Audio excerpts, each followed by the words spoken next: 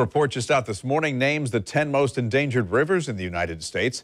10 years after being on the list, the St. Johns River remains in good standing. That's good news. Channel 4's Ashley Harding is live. And Ashley, what has changed since then to improve the St. Johns?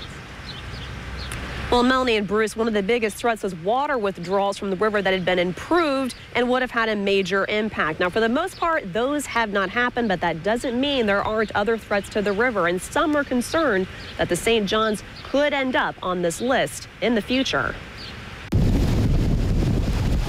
Dredging, water withdrawals, and fertilizer runoff are just a few of the things that have an impact on the health of the St. Johns River. Well, I mean, it's still considered impaired. It's still a polluted waterway. The good thing is that in this section of the river, the main stem that we have started to reduce the amount of nutrients, the nitrates that go into the river that are a big problem. Because of that improvement in recent years, there isn't as much of a threat to marine life in the river or salinity levels. But Dr. Quentin White says despite again not being in the top 10, the St. Johns River may be close. He says with the warm winter, we could be in for another year of major algae blooms.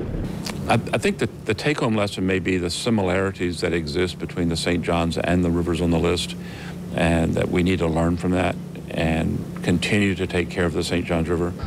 One fear from the St. Johns River keeper is that the growth in the area and demand for water will force the withdrawals that many expected 10 years ago.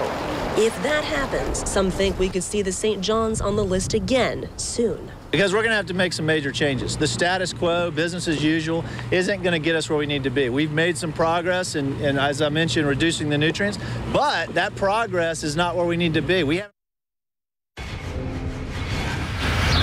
And that list highlighted things most at risk for these 10 endangered rivers. Many had the water supply or clean drinking water listed. Now in our area, our drinking water supply does not come from the St. Johns River, so that is not a concern with the St. Johns. We are live this morning. Ashley Harding, Channel 4, the local station.